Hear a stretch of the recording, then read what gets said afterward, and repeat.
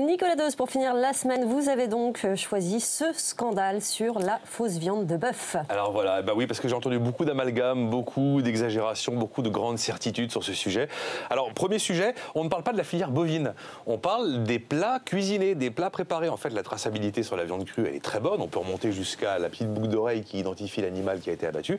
Par contre, la traçabilité est nulle, c'est vrai, sur les plats préparés. Souvent, quand il y a du poulet, il est brésilien ou thaïlandais et personne ne le sait.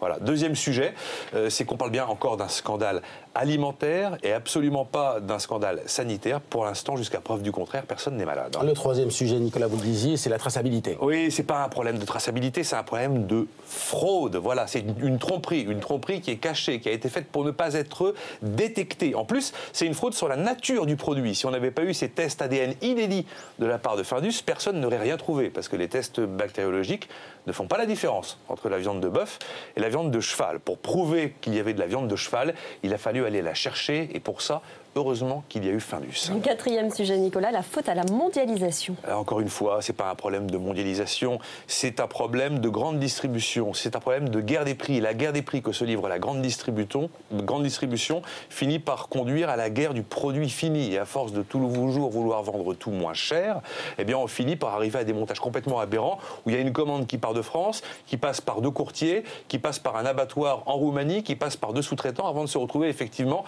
dans la barquette Findus. Alors bien sûr, la responsabilité immédiate, c'est quand même celle de la marque, car elle est obligée en théorie de vous servir le produit qui est affiché sur l'emballage. Et puis dernier sujet, la recherche des coupables depuis 24 heures, c'est donc Spanghero qui est dans le box. Bon, c'est pas à moi de dire qui est le coupable, bien sûr, mais en tout cas, j'ai une certitude, c'est que la solution, elle n'est pas dans plus de réglementation avec plus de contraintes. D'abord, c'est beaucoup trop complexe, c'est beaucoup trop cher et ce sera pas efficace, parce qu'encore une fois, les fraudeurs passeront toujours. La solution, elle est dans plus de régulation et à l'évidence, seule la responsabilité pénale des individus peut véritablement être efficace. Ce sera valable pour les fraudes concernant la filière bovine, comme c'est valable par exemple pour les banquiers impécunieux.